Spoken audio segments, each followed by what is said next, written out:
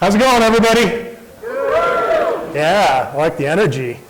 So I will tell you, I never thought I'd be standing in front of a room like this, talking to a bunch of students. So this is humbling and an interesting experience for me. How many of you guys in the room have started a company or plan to start a company in the future? All right, so a lot of you. I'll tell you guys my story. One thing that Scott didn't mention is I did graduate in 2010, but I started going to school in 1999. So any of you guys seen the movie Tommy Boy? A lot of people go to school for 10 years. Yeah, they're called doctors. So I am not a doctor. I got sucked into the world of summer sales for a little while. Any of you guys get sucked into that? So I got sucked into that in about 2004 and spent six years doing that and kind of stopped going to school for a little while.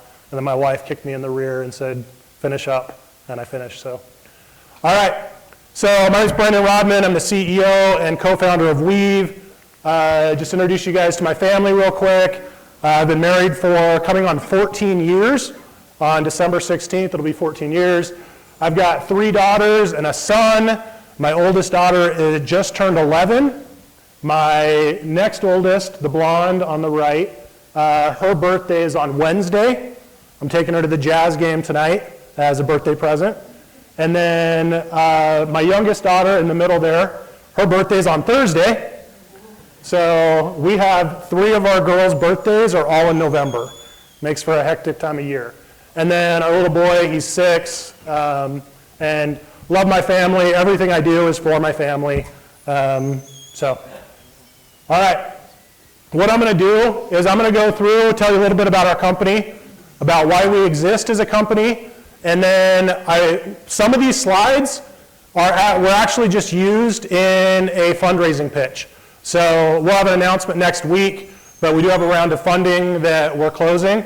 So if you guys ever wonder what kinds of things you have to put together to raise money for your venture, you're going to see some of those slides. I won't tell you which ones, but you'll see what some of those look like. So, all right, so the first thing, the name of our company is Weave.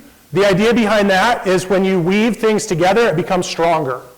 And in our logo, we have a W that looks like an infinity symbol. And that's important to our company. What that stands for is unity and possibility. You'll hear me talk a lot about culture, because that is what I think is the most important thing in a company. Everything else is the result of the culture you build in a company. And so our logo represents unity, working as a team, and then it represents possibility, what we can accomplish together as we move forward. The mission of our company is to bring local businesses and the people they serve closer together.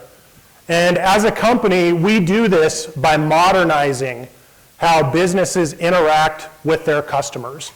We take all the tools they use, all the data they have, and all of their channels of communication, and put it all in one place.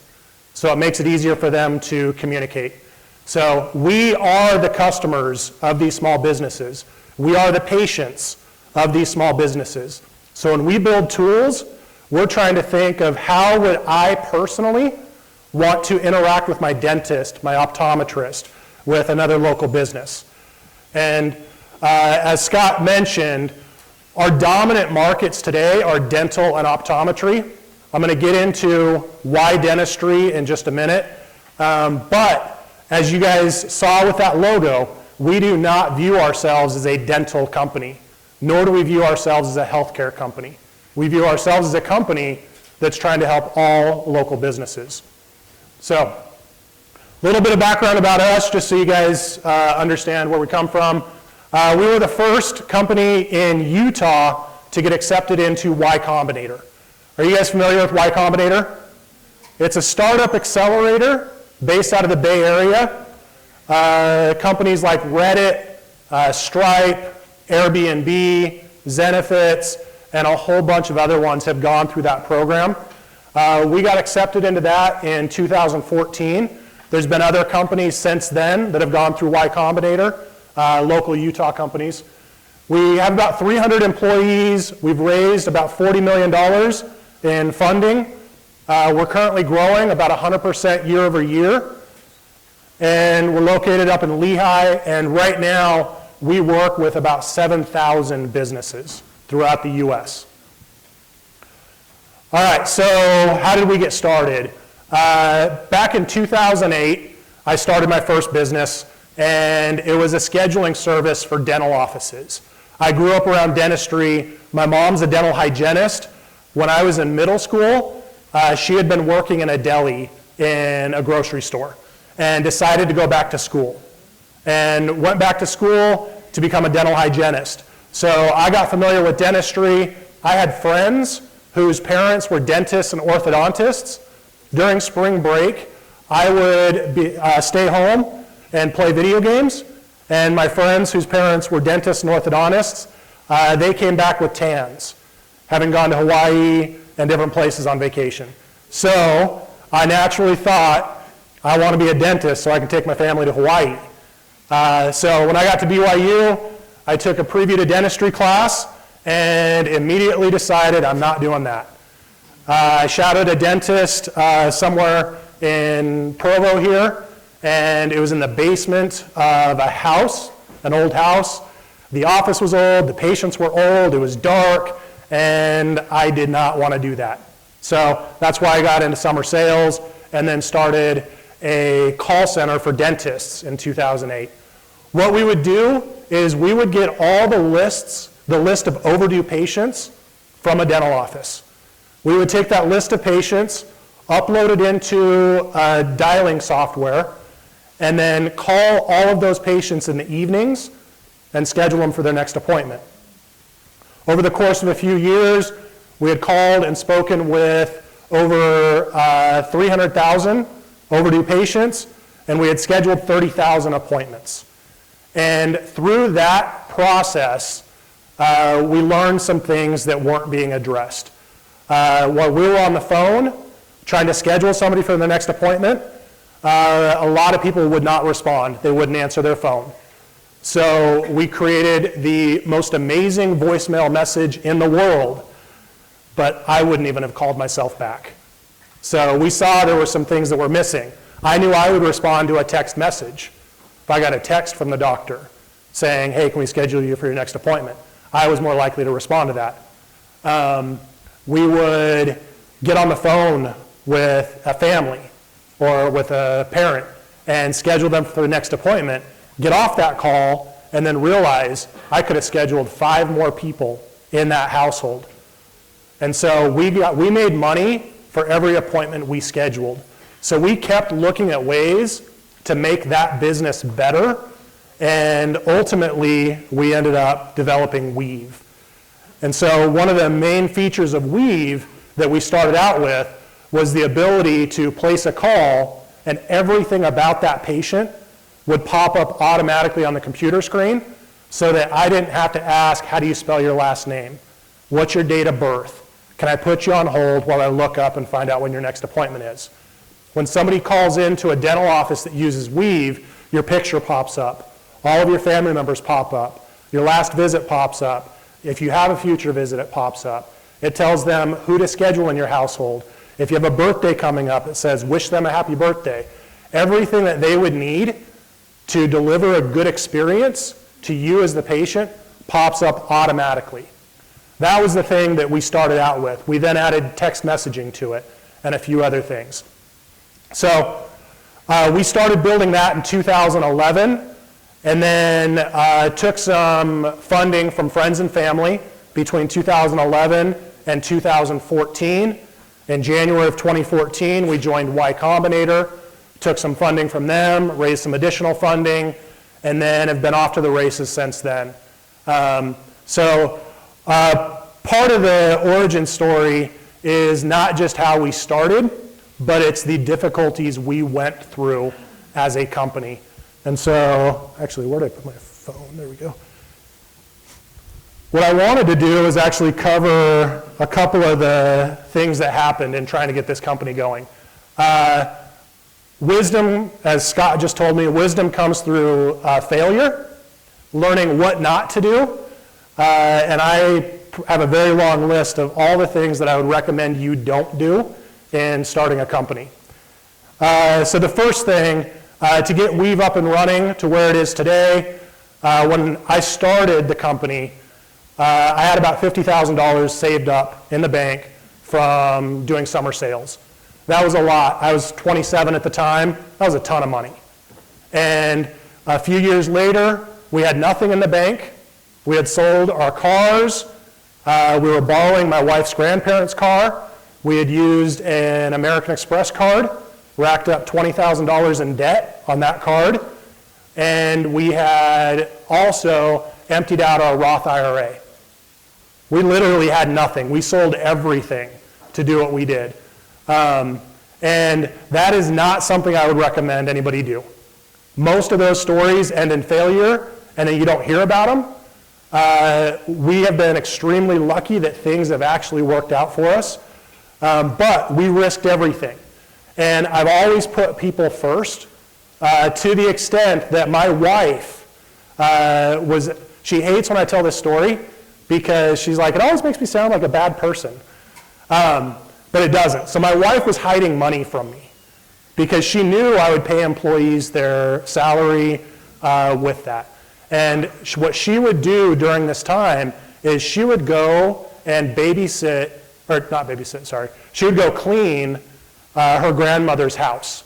And her grandma would give her $20 every time she went and cleaned the house. And she would just take that money and stash it away. And at the time, we had 2 kids, and so she would stash that money away, and that was the fallback money in case we needed to buy food or clothes for the kids. And one day, I was in the closet, I can't remember what I was doing, but I found this stack of money, $20 bills, folded over about that tall. And so I grabbed it, I pulled it out, and I was like, what's this? Like, not upset at all, and she just broke down crying. And she told me that that's the backup money, that's our safety.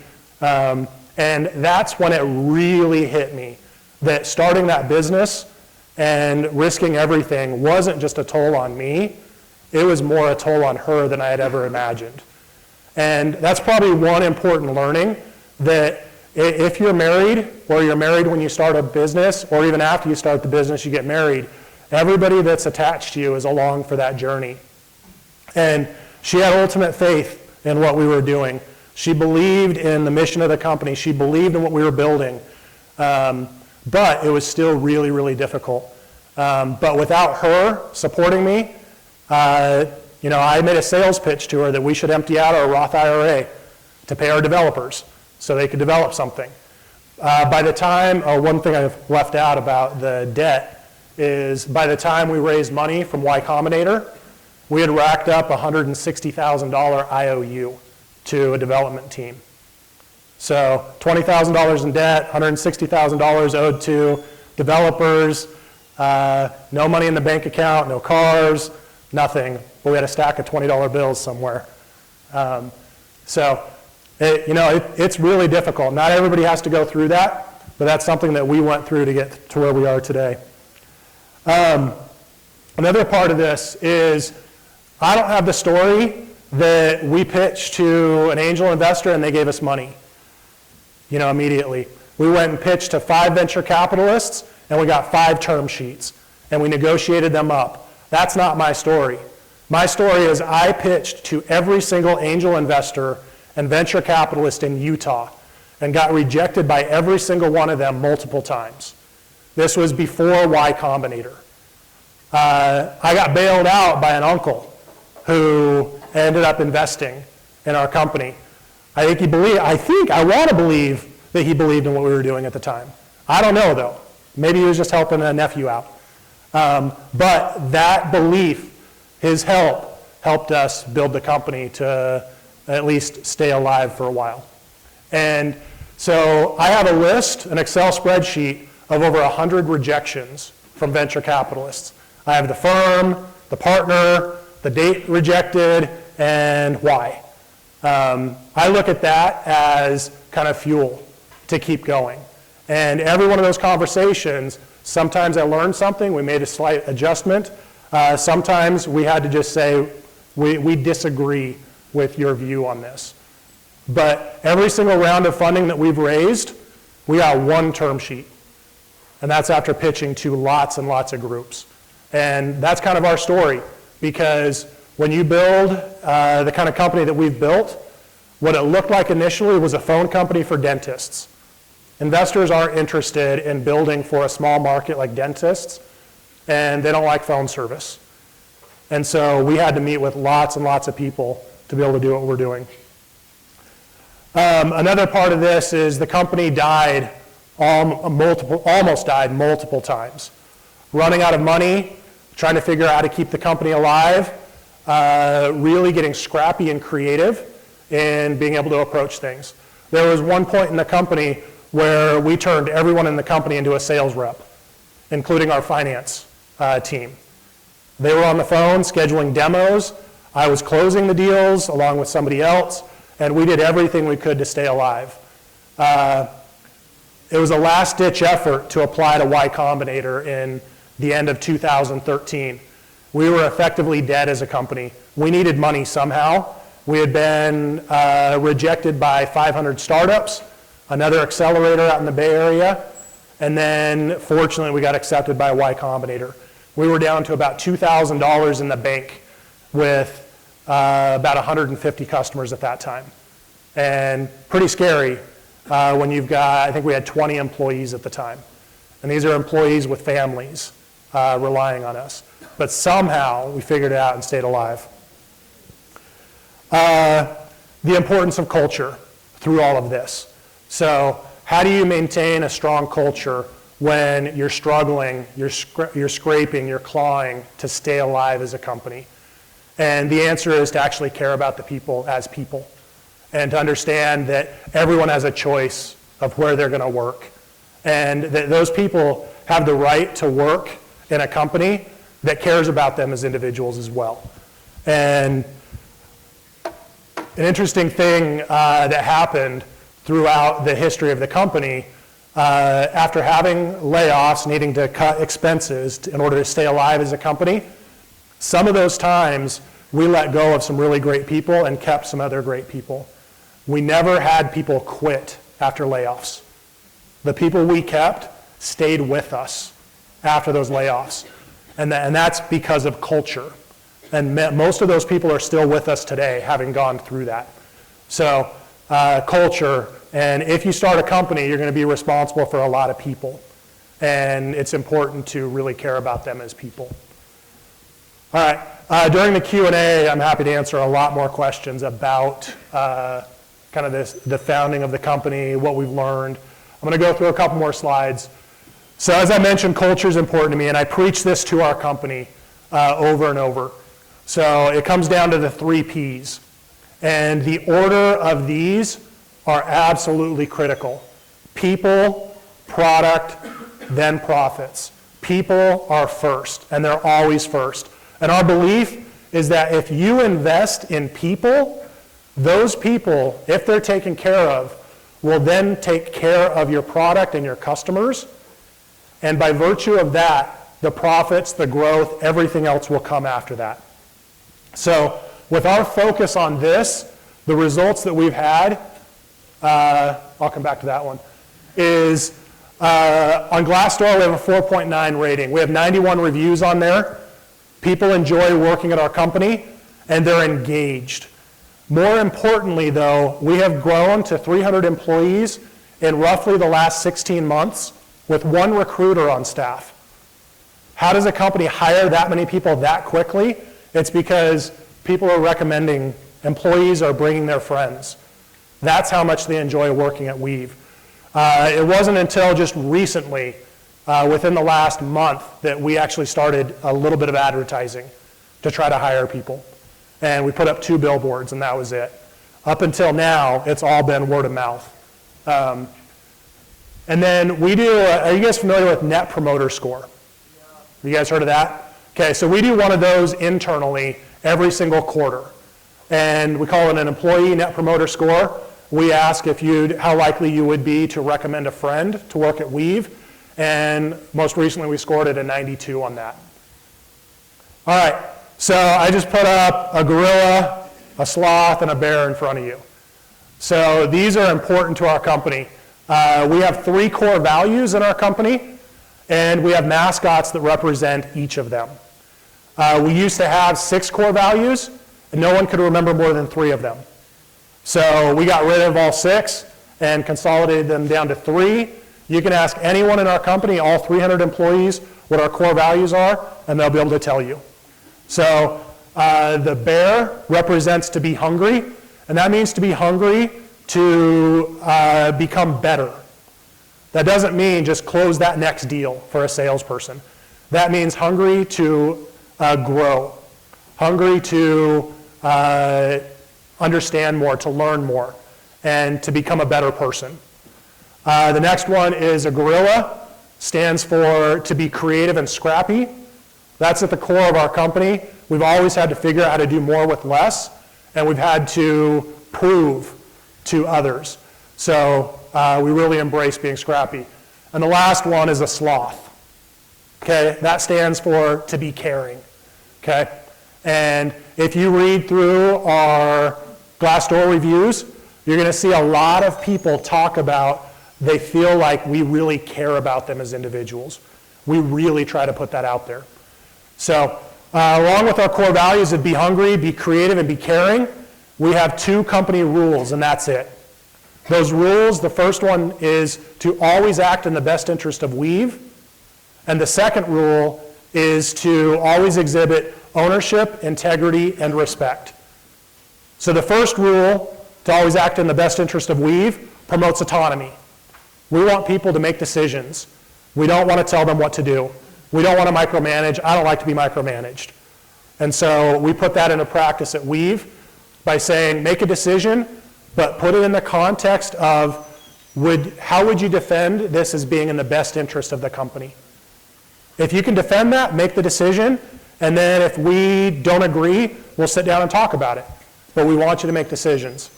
The second rule, to always exhibit ownership, integrity, and respect, is our no jerks rule. So we're not going to sacrifice by hiring people that might be really smart and get a lot done, but we don't want to work with them. So in fact, we flip it around. We find those people we want to work with, and then we make sure they're qualified.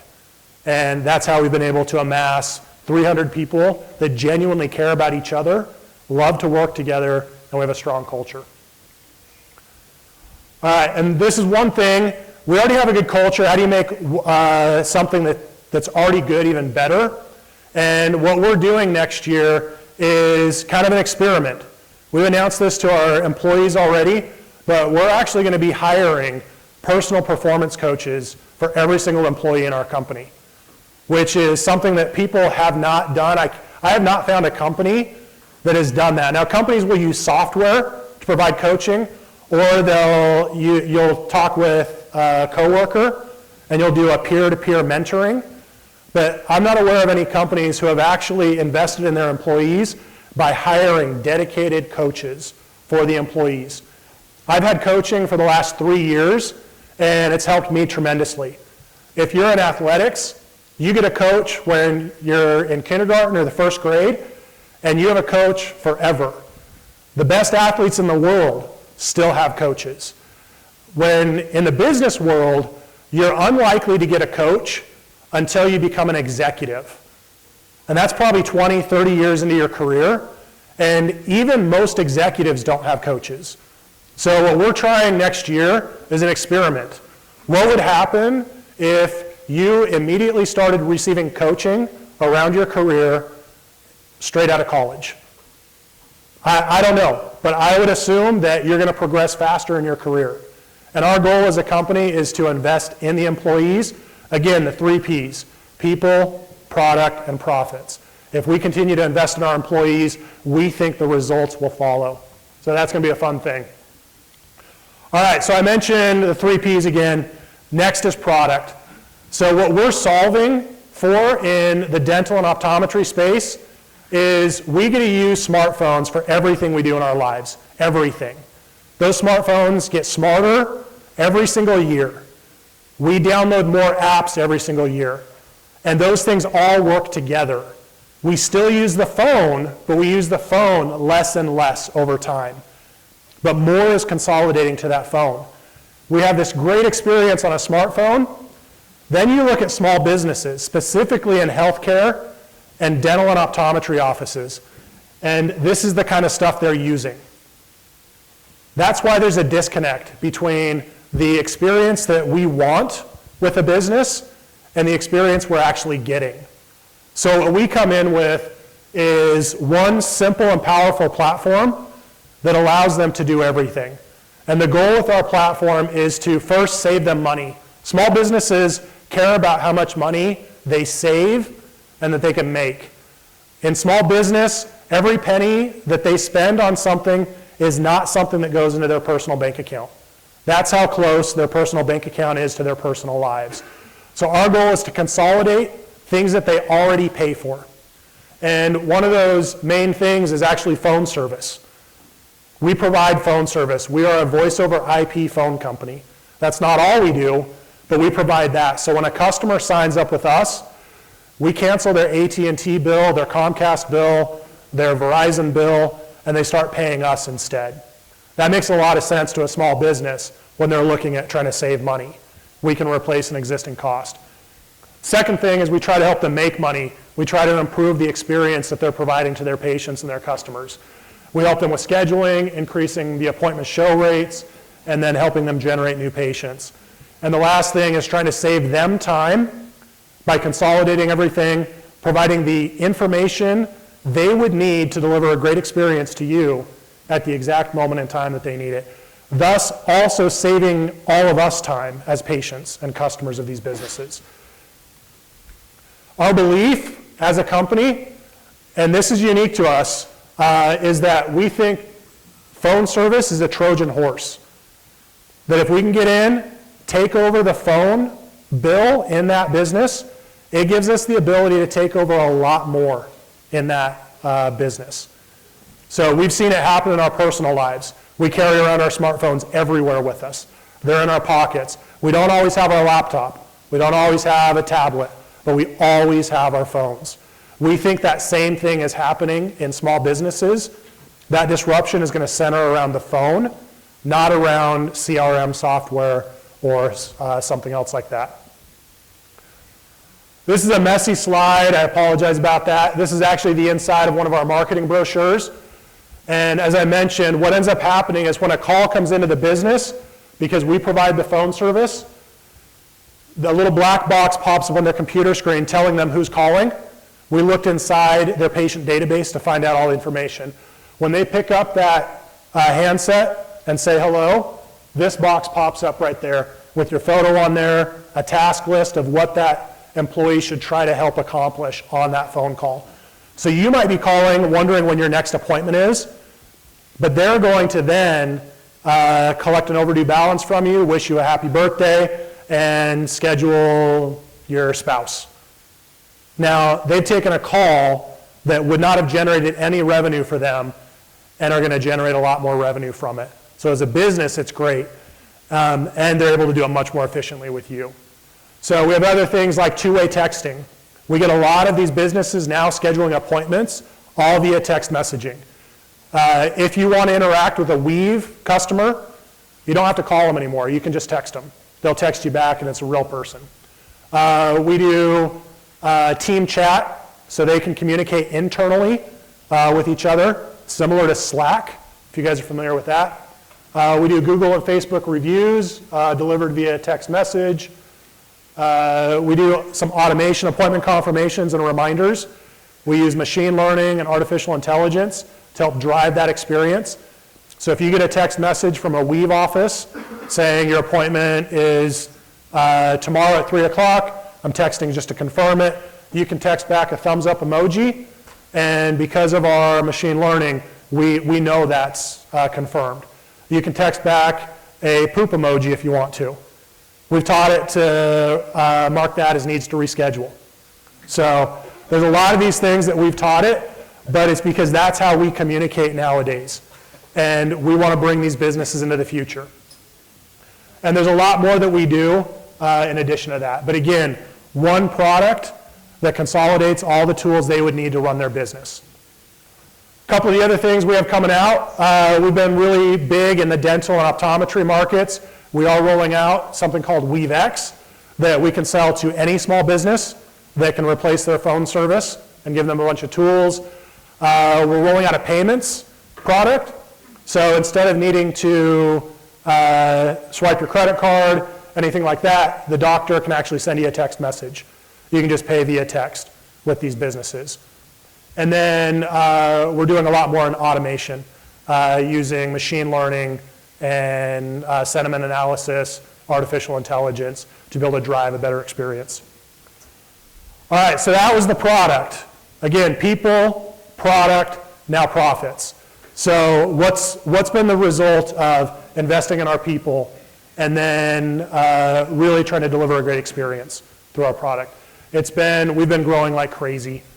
So we grew about 50% in 2017, going from 12 million to 18 million.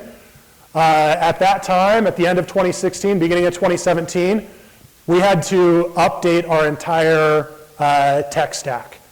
We replaced everything we had built. We had launched our MVP of a product and then started piling customers on there. And it was not scalable. And so we replaced that and slowed down a little bit to make sure we continue to deliver a great experience. And what has resulted in that is an acceleration in our growth in 2018. So most companies don't go from a 50% growth rate in 1 year to a 100% growth rate the following year. But that's what we're doing. We actually see the possibility of doubling again in 2019. Because we are that phone provider, we are in a very sticky spot in these businesses. These businesses have always paid for phone service, and they're always going to pay for phone service. And so they pay us for that phone service. So our churn is extremely low. It's 0.7%, and it's actually trending down per month. Next thing, this is really fun. So for our sales reps have been making a ton of money this year. It's because they've been hitting or exceeding quota every single month and exceeding it by a lot. And this is, again, what follows from focusing and investing on people, trying to deliver a great product, and then the result of that coming through. All right, a couple things about dentistry and optometry. We think we're building a multi-billion-dollar company. Selling into just the dental industry in the US can be a multi-billion-dollar company by itself. And so one thing just to visualize, there's 15 times more dental and optometry offices in the US than there are Starbucks. So especially those that live in New York, San Francisco, this stat blows their mind because if you've ever been to any of those cities, there is literally a Starbucks on every single corner. Now multiply each one of those by 15. And that's our potential customer base just in the US without expanding to other markets. Next thing, dentists and optometrists spend a lot of money to run their business. So if you look at all the things that they spend, these businesses are spending $225,000 a year to run their business.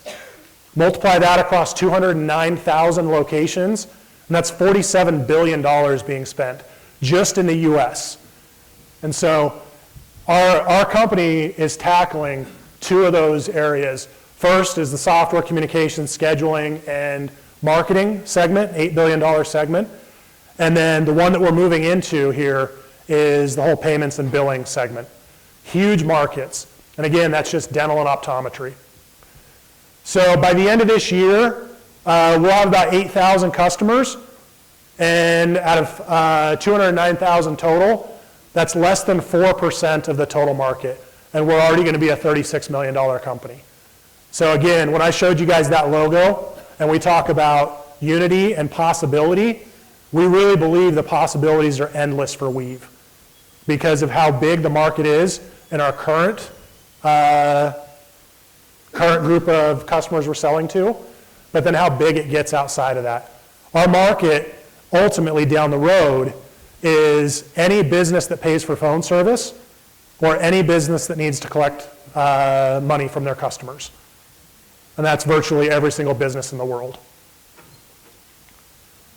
All right, from a competitive standpoint, we compete with a lot of companies, yet I like to say we also compete with no one. So one thing that's unique about us, again, is we provide phone service. There are no reminder or communication companies out there that also provide phone service.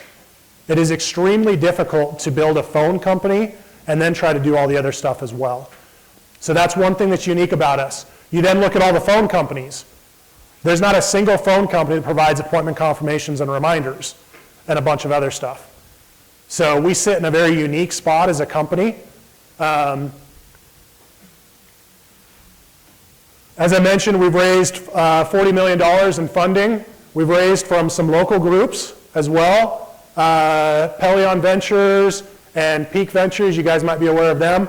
We brought in a few other groups over the years. Absolutely love our investors and what we've been able to do. And this is really, I think, my last slide. What time are we supposed to end? Still have 10 minutes if you need it. Okay. So as I mentioned, we think the possibilities are endless. We're only getting started as a company, and that's one thing that's interesting. When I was at Y Combinator in January of 2014, so almost 5 years ago, they told us, you're at the very beginning of this journey. And in my mind, I wanted to say, no, we're not. I've been doing this for 3 years already. This is insane. You know how hard it's been? And they're like, yeah, if this is going to be successful, you're still at the very beginning and you got a long ways to go. And so we look out 5 years from now and we're almost a $600 million company. But things don't end. And that's one thing that I've heard successful entrepreneurs talk about is be careful starting a company, because if you start a company, it just might work out. And if it works out, it will consume your life for a long, long time. So I'm 10 years in to having started my first company and then pivoted to the second company. And it's been a long time. I never thought I'd spend 10 years doing this. But I can't imagine not spending another 10 years doing it or longer. So